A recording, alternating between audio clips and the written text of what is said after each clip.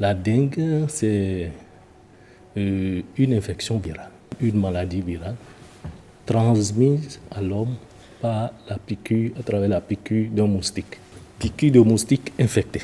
C'est les moustiques femelles du genre Aedes. Deux sont en cause. Il y a l'espèce égyptienne et l'espèce moustique tigre, Albopictus on appelle.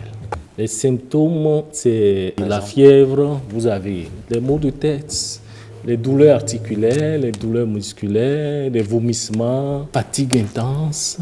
La fièvre peut être accompagnée de tous ces symptômes. Donc, la personne peut guérir. Dès qu'elle est prise en charge, la personne infectée peut être guérie à ce stade. Et l'autre stade, c'est le stade de complications. C'est là où ça devient vraiment dangereux.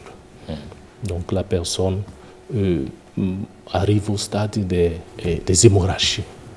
Et vomissement du sang, des épistaxies, du sang qui coule des nez, ainsi de suite. Et c'est ça qui va causer la mort du patient si on ne le prend pas très tôt en charge. C'est une infection qui est en expansion en Afrique de l'Ouest. Et actuellement, c'est surtout la Côte d'Ivoire qui connaît une flambée. Pour ce qui concerne notre pays, il faut dire jusqu'à ce jour, on a eu 5 cas suspects et qu'on a testé, il y a 2 qui sont revenus positifs à la dengue. Et parmi ces 2, malheureusement, il y a un qui est décédé. Comment faire pour ne pas attraper la maladie? Et puisque j'ai dit tout à l'heure que la maladie se transmet par piqûre de moustiques infectés, donc il y a pratiquement 2 choses à faire. Et éviter d'être piqué par les moustiques, et éviter la prolifération des moustiques. C'est ce que nous appelons la lutte antivectorielle. Donc, c'est de débarrasser nos habitats et les alentours de tout instrument ou tout objet qui retienne de l'eau, éventuellement pour que les moustiques viennent se reproduire. Et ensuite, essayer de maintenir l'environnement propre. Faire le désherbage autour, parce qu'il y a aussi des plantes qui retiennent de l'eau dans les excès.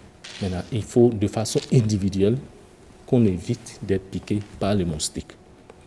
Et pour le faire, c'est de dormir sous moustiquaire imprégné d'insecticides ou de mettre des grillages au niveau des portes et fenêtres ou bien de porter quand même des vêtements qui recouvrent les parties, et en grande partie les parties pour ne pas se faire piquer.